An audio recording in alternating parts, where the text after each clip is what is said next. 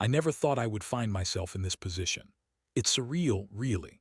One moment, I was living what I thought was a happy life with my wife, Sarah, and the next, I was thrown into a twisted reality where trust shattered like glass. I want to tell you about how I discovered her affair with my childhood mentor, Mike, and how it led me to become more successful than both of them. Sarah and I met in college. We were young and in love, or so I thought. After getting married, we settled into a routine that felt comfortable at first. I had my job in marketing, and she was working as a teacher. On the surface, everything was fine. But gradually, I began to notice small changes in her behavior. She started coming home late more often, claiming she was busy with school events or lesson planning. It felt like she was slipping away from me. I also noticed the way she would often smile at her phone, a giggle escaping her lips when she thought I wasn't looking. I brushed it off, telling myself I was just being paranoid. After all, we had been together for years, and I had no reason to suspect anything. But when she started dressing up more frequently for these supposed late-night meetings, my gut began to twist. One Friday night, I decided to surprise her with a dinner at our favorite restaurant. I got home early, excited to see her. But as I walked in, I found her sitting on the couch, phone in hand, looking guilty as hell. I asked her what she was doing and she snapped back, claiming she was just scrolling through social media. Something felt off, yet I chose to ignore it. That night I couldn't shake the feeling that something was wrong. Days passed and the tension between us grew. I tried to communicate, but she would brush aside my concerns, insisting everything was fine. A week later, while cleaning out the junk drawer in our kitchen, I stumbled upon a receipt for a hotel. For a moment, my heart stopped. The date was a few days before the last time she had come home late. It was enough to send my mind spiraling. Fueled by a mixture of curiosity and dread, I decided to dig deeper. I checked her computer and found messages exchanged between her and Mike. The tone was flirtatious, intimate, and it made my stomach churn. They were meeting up and my blood ran cold. Mike had been a mentor to me since I was a kid. I had always looked up to him, and the betrayal stung like a hot iron. The next day I confronted Sarah. I couldn't hold it in any longer. As soon as she walked through the door, I asked her about the hotel receipt. I could see the panic in her eyes. "What are you talking about?" she said, but her voice was shaky. I was sick of her lies. I pushed harder, demanding answers. She finally confessed, but her explanation made my blood boil. "It's not what you think. Mike and I were just talking about your career. He wanted to help you," she said, trying to play the innocent card. I felt rage bubbling inside me. How could she use that excuse? I told her how ridiculous that sounded, but she continued to weave a web of lies, claiming I was overreacting. In that moment, all I could feel was an overwhelming sense of betrayal and anger. I had trusted her with my heart, my life, and she had thrown it all away for a fling with someone I respected. The emotional impact was like being hit by a freight train. I went from shock to anger and then to a deep sadness. It was hard to breathe as I processed everything. I felt like I was spiraling, and with every passing minute, the weight of her betrayal settled deeper into the pit of my stomach. I had to make a decision. I couldn't continue living like this. Something had to change. As I sat on the couch, replaying her lies in my head, I realized that I had two choices: fight for a marriage that felt broken or channel this pain into something more productive. I chose the latter. I wanted to rise above their betrayal. I wanted to succeed beyond their wildest dreams. I made up my mind that I would not let this end me. I took a deep breath, stood up, and walked to my office. I was ready to start putting my plan of revenge into action, but I had no idea just how successful it would lead me. This was just the beginning, and I was determined to become more than the man they thought they could play with. Life was about to change for all of us. The days that followed my confrontation with Sarah were a blur of emotions. I felt like I was on a roller coaster. One moment I would be furious, the next I'd be wallowing in sadness. I kept replaying our argument in my head, trying to analyze every word she had said. But the reality was clear. She had betrayed me with someone I once considered a role model. I had to get my life back on track, and I had to do it quickly. I decided to throw myself into my work. I spent long hours at the office, often staying late into the night. The marketing project I was managing had been lagging, but I focused all my energy on it, determined to turn things around. I needed to prove to myself that I was capable of succeeding without Sarah. I immersed myself in late-night brainstorming sessions, staying fueled by coffee and a desire to escape my reality. I also started networking more aggressively. I reached out to former colleagues, attended industry events, and even joined online marketing forums. I was no longer the guy who sat back and let opportunities pass him by. I became the guy who took charge, who was proactive. I started gaining recognition at work, and my hard work began to pay off. I received a promotion and a raise within a few months, and with that came a boost in my confidence. But as my career began to blossom, I still couldn't shake the bitterness I felt towards Sarah and Mike. They were living in their bubble, and I was determined to show them that I was more than just the husband who got cheated on. I was going to be the man who turned this betrayal into fuel for success. One day, as I was working late, my phone buzzed with a text notification. It was an invitation to a networking gala, one I knew would be attended by many influential figures in the marketing world. I decided to go, not only to expand my connections, but also to get out of my comfort zone. As I arrived at the venue, the buzz of conversation and the clinking of glasses filled the air. I felt out of place at first, but then I reminded myself why I was there. I was no longer the guy who was being cheated on. I was a rising star in my field. As I mingled, I met a woman named Jessica. She was vibrant, charming, and had an infectious laugh. We hit it off immediately, sharing stories about our careers and aspirations. The chemistry was undeniable. As the evening progressed, we found ourselves standing outside on the balcony, the city skyline twinkling beneath us. I hadn't felt this alive in months. Jessica seemed genuinely interested in me, not the husband of a cheating wife but the ambitious man who was determined to make his mark. We exchanged numbers, and our conversations moved from professional to personal. She understood my struggles without me even having to explain the entire story. I confided in her about my recent heartbreak and how it had motivated me to strive for success. Instead of pity, I found support. Jessica encouraged me to pursue my goals and reminded me that I had the power to shape my own future. By the time I left the gala, I felt a renewed sense of purpose. I wasn't just a victim of betrayal. I was a man on a mission. I started dating Jessica, and she reinvigorated my life in ways I hadn't expected. We would go out for drinks, attend events together, and even collaborate on marketing ideas. With every passing day, I realized how much I had suppressed my own happiness in the past. Meanwhile, Sarah was still around, and it was becoming increasingly difficult to ignore her presence. She tried to engage with me, often coming home early and putting on an act, claiming she wanted to make our marriage work. But I wasn't interested in her apologies or her attempts at reconciliation. The more she tried to reconnect, the more I focused on my own growth and happiness. At one point, she approached me with tears in her eyes, pleading for another chance. "I made a mistake and I regret it every day," she said, her voice quivering. I wanted to scream at her, to let out all the hurt she had caused me, but I instead took a deep breath. I realized I didn't owe her anything anymore. I told her that I had moved on, emotionally and professionally. I didn't say anything about Jessica, I just knew that. I had found a new direction, and it didn't include her. Sarah's face fell, and in that moment I felt a strange mix of pity and empowerment.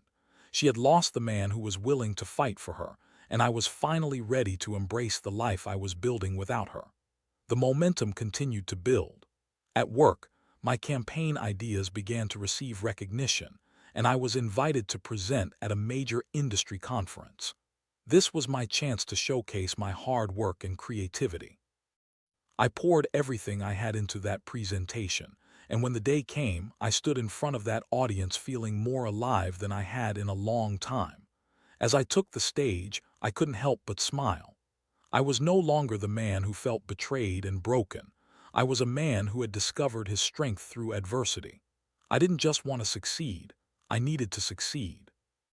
And as I looked out into the crowd, searching for familiar faces, I knew I was on the verge of proving to Sarah, Mike, and myself that I was capable of greatness.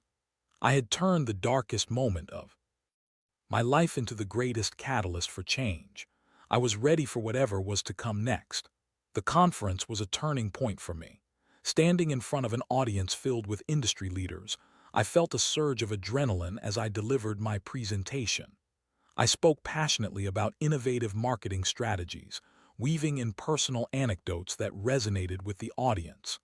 The applause at the end felt like a validation of my hard work and growth. It was a moment I had longed for, a moment where I could finally show everyone, including myself, that I was more than the man who had been cheated on. After the presentation, I was approached by several executives, all impressed by my insights. One of them, a vice president from a major advertising firm, offered me a chance to collaborate on a new project. As I accepted, I felt a sense of accomplishment that I hadn't felt in years. My career was on an upward trajectory, and I was no longer tied down by Sarah's betrayal. As I navigated this new professional landscape, I kept my relationship with Jessica going strong. She was supportive, and our connection deepened. We would often talk about our goals and dreams, and it was refreshing to be with someone who inspired me rather than weighed me down. I found myself laughing more, living more. I felt alive again. But even as I thrived, Sarah was still a shadow in my life. She would text me frequently, trying to engage me in conversation, often talking about how much she missed me. Each message was a reminder of the past, and I couldn't help but feel an unsettling mix of anger and pity. How could she think I would just forget? One evening, after a particularly successful week at work, I received a text from Sarah asking if we could meet. I thought about it for a moment. Part of me wanted to confront her one last time, to finally put everything on the table and close this chapter of my life. I agreed, but only if we could meet in a public space. I needed witnesses, just in case things turned tense. We chose a coffee shop downtown, a place that had once been our regular hangout. As I walked in, I was flooded with memories of happier times. I spotted Sarah sitting at a corner table, looking anxious. She was dressed nicely, her hair carefully styled. It struck me how different she looked from the woman who had betrayed me. "Thanks for meeting me," she said as I took a seat across from her. There was a hint of vulnerability in her voice, but I couldn't let it sway me. "I'm not here to relive the past, Sarah. I think we both know where we stand," I replied, trying to maintain my composure. "I know I messed up. I've been doing a lot of thinking," she said, her eyes searching mine for a glimmer of sympathy. "I want to make things right. I miss us." I let out a short laugh, the bitterness rising in my throat. "You mean you miss the idea of us, don't you? Because the us you had was based on lies. I can't just forget what happened." Her expression shifted from hopeful to defensive. "I didn't mean for it to happen. You know how it is with Mike. He was someone I admired, and it just happened. I thought you were too busy with work to notice." The audacity! I was taken aback for a moment, but then I quickly regained my composure. "This isn't about work, it's about trust. You shattered that trust when you decided to sleep with my mentor. I've moved on, and I suggest you do the same." She opened her mouth to argue, but the words didn't come. Instead, she looked down, defeated. I felt a strange mix of satisfaction and sadness. It was painful to see someone I once loved break down, but she had made her choices, and I couldn't save her from the consequences. "I've been trying to reach out to Mike too," she admitted, her voice barely above a whisper. "He's told me he doesn't want anything to do with me now." That news struck me harder than I expected. Mike, the man I had once respected, had treated her just as callously as she had treated me. I couldn't help but feel a rush of vindication. "So he's moved on too?" I asked, unable to hide the smirk forming on my face. "Yes, and it hurt to hear," she replied, tears welling in her eyes. "But I can't blame him. I was stupid. I didn't feel sorry for her. In fact, I felt empowered.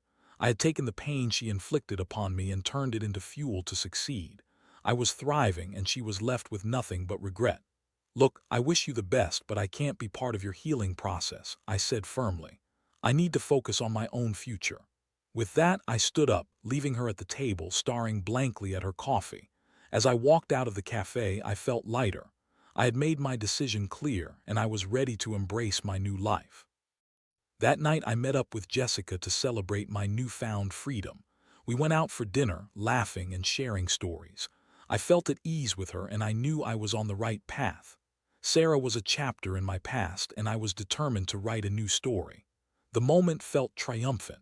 I was moving forward, no longer shackled by the weight of betrayal. I had learned the hard way, but now I was ready to thrive. My professional life was taking off, my personal life was blossoming, and I was finally becoming the man I had always wanted to be. As the weeks rolled on, I found myself navigating uncharted waters with a newfound confidence.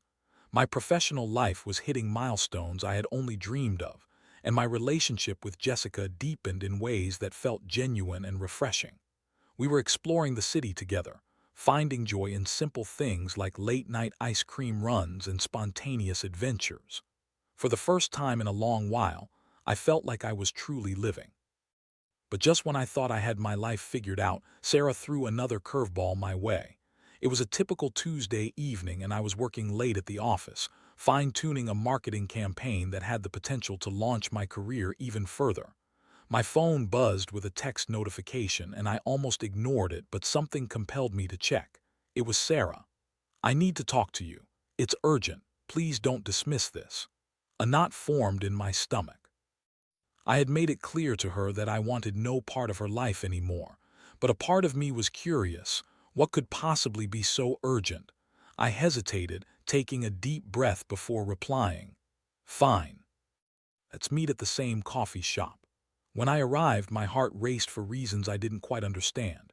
As I walked in, I noticed Sarah sitting at the same corner table, her face pale and drawn. She looked like a ghost of the woman I once knew. "Hey," I said, keeping my tone neutral as I took a seat across from her. "Thank you for coming," she said, her voice trembling. I didn't know who else to turn to. "What happened?" I asked bluntly, my curiosity piqued but my guard firmly up. She hesitated, her hands trembling as she played with the edge of her napkin. "I found out I'm pregnant," she finally blurted out, her eyes welling with tears. "And it's Mike's." The words hung in the air like a bombshell and I felt the world tilt on its axis. Suddenly, the room felt smaller, suffocating. "Are you sure?" I asked, my voice barely above a whisper. She nodded and I could see that she was genuinely terrified. "I took a test. I don't know what to do. I thought maybe you would help me figure this out." I stared at her, a mix of shock and anger coursing through me. "Help you? After everything? You think I want to be a part of your life again, especially now?" "It's not about that, I don't know what to do," she pleaded, her voice cracking. "I'm scared." I wanted to scream at her, to remind her of every lie and betrayal, but I held my tongue. This wasn't the time for my feelings. I couldn't deny that I felt a pang of sympathy for her, but it quickly morphed into a wave of anger. "Why should I even care?" I asked, my voice steady despite the turmoil in my chest. "You made your choices, Sarah. You can't come to me now expecting sympathy." "I know I messed up, but this is a life we're talking about," she exclaimed. "I don't want to raise a child alone and I can't ask Mike for help. He's made it clear he doesn't want anything to do with me." "I can't be part of this," I said firmly, shaking my head. "You need to figure this out on your own. This is a consequence of your actions." Her face crumpled and for a moment I felt a flicker of empathy, but just as quickly I remembered the betrayal, the lies, and the pain she had caused me. "I'm not asking you to be with me again. I need guidance.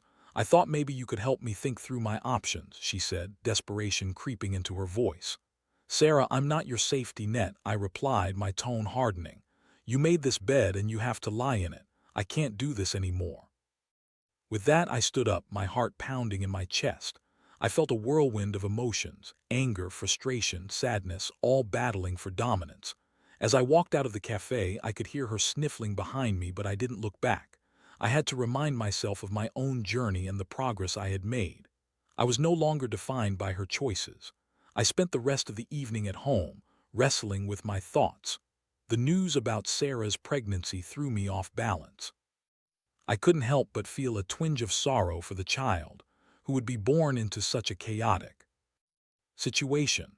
But ultimately, I knew I could not allow myself to be pulled back into her web of drama. I decided to talk to Jessica about it. She had become my confidant and I trusted her opinion. That night we met for dinner at a cozy Italian restaurant. As we sat down, I noticed how her eyes sparkled with warmth and understanding. I took a deep breath and shared everything that had happened. "Wow, that's intense," she said, her expression shifting from concern to curiosity. "How do you feel about it?"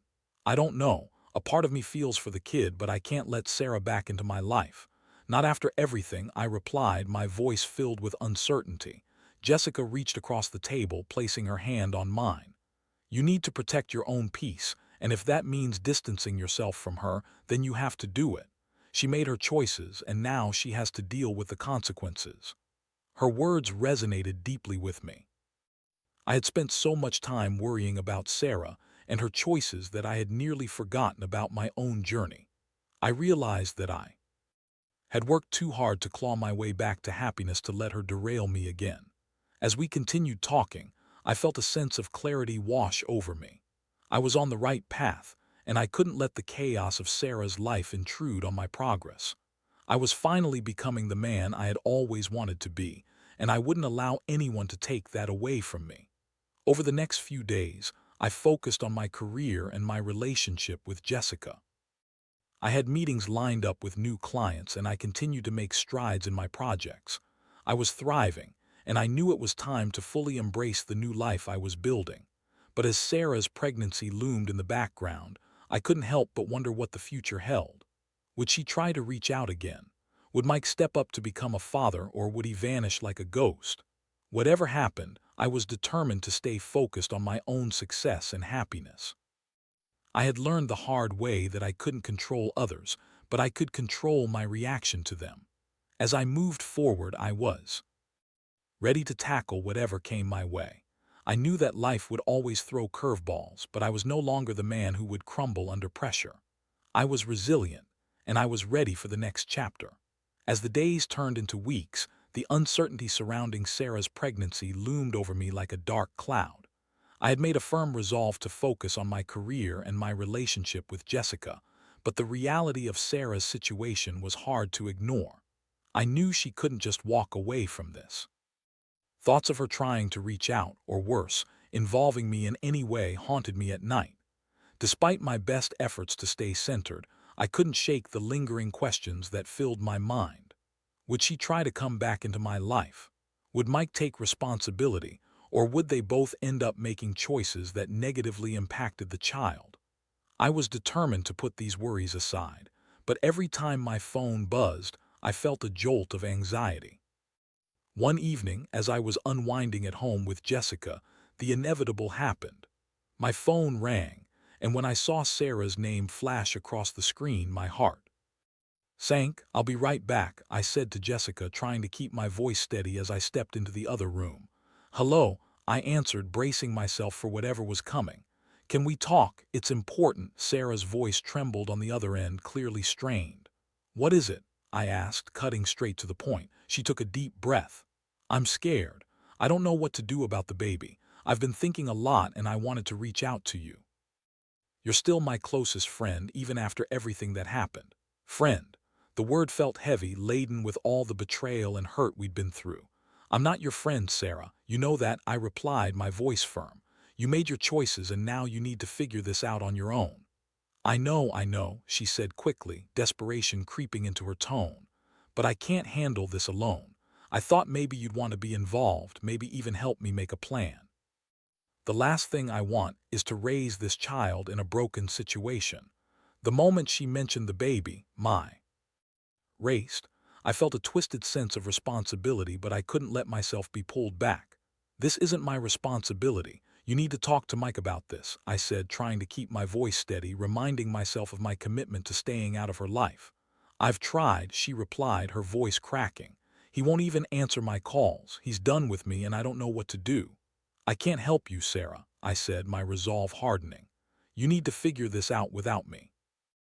There was silence on the other end, and I could hear her struggling to hold back tears. "I just thought I could count on you. I was wrong." "Exactly," I said, catching a breath. "You were wrong. You made your choices, and now you need to live with the consequences." I hung up, my heart pounding. I walked back into the living room where Jessica was waiting, concern etched on her face. "Is everything okay?" she asked, her voice soft. "No," I replied, running a hand through my hair. "It's Sarah." She wants me to help her with the baby. Situation. Jessica's expression shifted from concern to understanding. And what did you say? I told her I can't be involved. She made her choices and now she has to deal with it, I said, trying to convey my certainty. But as I spoke, I could feel the doubt creeping in. Jessica reached for my hand, offering comfort. You did the right thing. You're not responsible for her decisions. You have your own life to live. I nodded, appreciating her support. But deep down, I couldn't shake the feeling that this was just the beginning. Sarah had a way of manipulating emotions, and I braced myself for the storm that was sure to come. In the following days, life continued. I focused on my work and my relationship with Jessica, but the tension was palpable. I had put up a wall around my heart, but I feared Sarah might find a way to breach it. She was relentless after all, and desperation could make people do unpredictable things. Then came the day when the storm finally broke. I was at the office when I received a text from Sarah. I'm in trouble. Please come to the hospital. I need you. My heart sank as I read those words. The panic in her text was evident, and against my better judgment, I found myself heading to the hospital. When I arrived, I was met with the sight of Sarah sitting in a waiting room, her face pale and drawn. She looked up as I approached, tears streaming down her cheeks. I'm so glad you came, she said, her voice trembling. What happened? I asked, my heart racing. I started having complications, she explained, her voice shaky. I was scared and I didn't know who else to call. I felt a surge of conflicting emotions, sympathy, anger, frustration. You could have called Mike, I said, my voice sharper than intended. I know, but he's not here. He won't take my calls, she admitted, her eyes pleading. Look, I know I messed up, but I need someone who cares about me right now.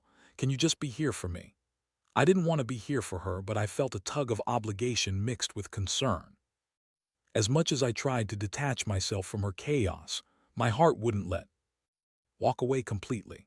Fine, just tell me what's going on, I said, my tone softer. As we sat in the waiting room, I learned about the risks involved with her pregnancy. She had been feeling unwell but had brushed it off, thinking it was just stress. The doctors had advised her to stay in for observation. I could see the weight of her decisions crashing down on her, and for a brief moment, I let go of my anger to focus on the person in front of me. The hours dragged on as we waited for news. I felt an uncomfortable bond rekindle between us as she opened up about her fears and regrets. I know I hurt you, and I wish I could take it back. I don't want to be alone in this, she said, her voice breaking. I can't be your crutch, I replied, still trying to maintain my boundaries. You need to find a way to deal with this on your own. I know, she said, looking defeated, but I'm terrified. I wanted to scream at her, to remind her of the choices that led us here, but the truth was, I could see the vulnerability in her eyes. It was hard to reconcile the woman I once loved with the person who had betrayed me. After what felt like an eternity, a doctor finally came out to speak with us. Sarah, he said, we need to monitor you closely due to some complications. We're going to keep you here for a few days to ensure both you and the baby are okay. The gravity of the situation settled heavily on me. I could see the fear and uncertainty on Sarah's face, and in that moment I knew that I had to make a choice. Would I step up and support her through this ordeal, or would I walk away and leave her to face the fallout of her actions alone? I took a deep breath, deciding to be the better person. I'll stay for a little while, I said, knowing full well that this would complicate my own life. But a part of me couldn't turn my back on someone who was in distress, no matter how hard it was to swallow. As I sat beside her in the hospital, I realized that while I might not be able to fix her mistakes, I could at least offer a small measure of support during a time of crisis. It wasn't what I wanted, but it was the right thing to do. I was still determined to focus on my own journey, but now I had to navigate this unexpected turn of events. It was a precarious balance, and I knew that the road ahead would be anything but easy. But I was ready to face it head on, even if it meant confronting the ghosts of my past one last time. The days in the hospital felt like an eternity. I was there for Sarah, but I was also battling my own emotions. Each time a doctor came in to check on her or the baby, I felt a swell of anxiety. Why was I doing this? I had tried so hard to distance myself from her chaos, and yet here I was, tethered to her by the circumstances of her choices. Sarah seemed to oscillate between hope and despair during our time together. Some moments she was optimistic about the baby's future. Other times she would break down in tears, racked with guilt over the mess she had created. I tried to be supportive, but it was a balancing act. I wanted to be there for her, especially during such a vulnerable time, but I also couldn't ignore the deep betrayal that had brought us to this point. One afternoon, as we sat in silence, Sarah turned to me with a tentative expression. "I know I've hurt you more than I can say, and I can't change the past, but I want to change for the future, for the baby. I want to be a better person," she said, her eyes glistening with sincerity.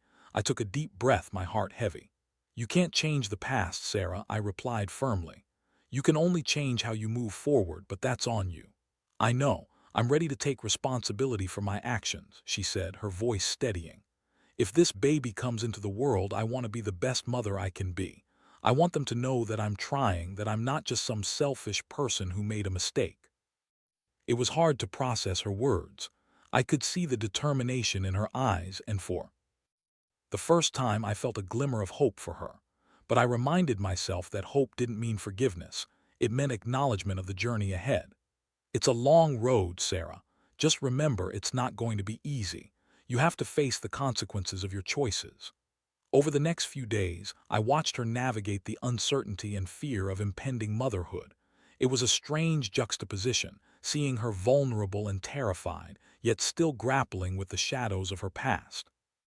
The experience gave me a new perspective. While I would never forget the betrayal, I couldn't deny that Sarah was attempting to change. Eventually, the doctors cleared her for discharge, but they advised her to take it easy and continue regular checkups. As we walked out of the hospital, the weight of the moment washed over me. I was relieved to see her healthy, but I couldn't shake the feeling of trepidation that hung in the air. Would she really change? Would she succeed in becoming the mother she wanted to be? "I want to thank you for being here," Sarah said quietly as we reached the parking lot. "I know this wasn't what you wanted, but it meant a lot to me." I looked at her, unsure how to respond. "You're welcome, but don't think this changes everything between us. You still have a lot to prove to yourself," I said, trying to maintain my boundaries. "I know," she replied, a hint of determination in her voice. "And I will, for the baby." As we parted ways, I felt a mixture of relief and uncertainty. I was glad I had supported her during this crisis, but I was also ready to return to my life, to fully embrace the happiness I had begun to build with Jessica. I needed to focus on my own journey, one that had taken a significant turn since the betrayal. In the following weeks, I threw myself back into my work with renewed vigor and enthusiasm. My project was gaining momentum, and my reputation in the marketing world was solidifying. I felt proud of what I was accomplishing, and it became evident that I had truly turned a corner. Jessica continued to be a source of comfort and inspiration, and our relationship blossomed. I opened up to her about everything that had happened with Sarah, and she listened with empathy and understanding. "You did the right thing. You focused on your own growth, and that's what matters most," she reminded me. As I watched my career take off and my personal life flourish, I felt a sense of peace settling within me. I had taken the pain of betrayal and transformed it into something productive, something that propelled me forward. I realized that while Sarah's choices would always be a part of my history, they no longer defined me. One day, as I sat in my office reviewing my latest campaign, I received a text from Sarah. "I'm doing well. I'm working on myself, and I'm committed to being a good mother. I wanted you to know that." I stared at the message, feeling a strange mix of emotions. I was glad to hear that she was trying, but I also knew that I couldn't let her life impact mine any longer. I took a moment to think before replying. "I'm glad to hear that. I hope you find the strength to be the person you want to be." As I pressed send, I felt a sense of closure wash over me. I had extended a hand without allowing myself to be pulled back into her world. I was moving forward, not just for myself, but for the future I was building with Jessica. In the end, I learned that life had a way of throwing us curveballs, but it was up to us how we chose to respond. I had faced betrayal, heartache, and uncertainty, but I had emerged stronger. I had transformed my pain into fuel for success and growth. And as I looked toward the horizon, I felt a renewed sense of hope for what the future held. I was ready to embrace my journey, knowing that I had the power to shape it into something remarkable. Life was about to get even better, and I was more than ready for it.